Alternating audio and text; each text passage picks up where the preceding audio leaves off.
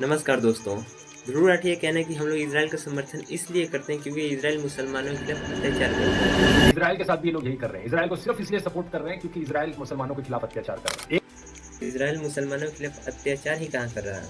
Israel 14 मई 1948 को स्वतंत्र हुआ और स्वतंत्रता बस एक दिन बाद ही 15 मई 1948 को Syria, Lebanon, Iraq, Jordan, Egypt के सैनिकों का गठबंधन ने इजराइल पर आक्रमण कर दिया। वो क्या कोई अत्याचार नहीं था? उस युद्ध में इजरायली सेना डटे रही और अंत में इजरायली सेना जीती। इस युद्ध में इजराइल ने फिलिस्तीन का 77% लैंड कब्जा कर लिया। इस युद्ध का नाम अरब इजराइल युद्ध पड़ा। पीएलओ और हमास जैसे आतंकवादी संगठन ने इजराइल पे बहुत हमला किया। अगर कोई भी आतंकवादी लीडर शांति का बात करता तो उसे वहाँ के जनता द्वारा हटा दिया जाता या फिर मार दिया जाता।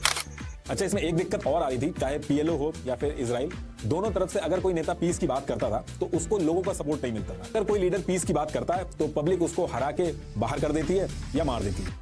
7 अक्टूबर 2023 इजराइल पर हमास ने सबसे बड़ा हमला किया जिसमें 1200 से भी ज़्यादा इजरायली सिटीजन मारे गए और 240 लोगों को बंदी बना लिए।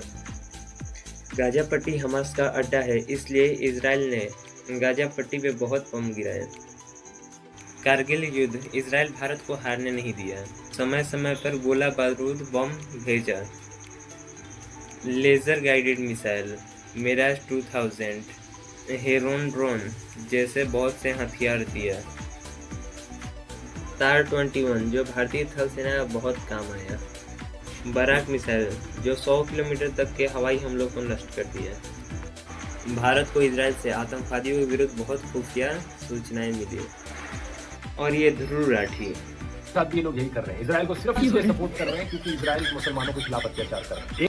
पूरी बात जानते नहीं और बड़बड़ाना शुरू।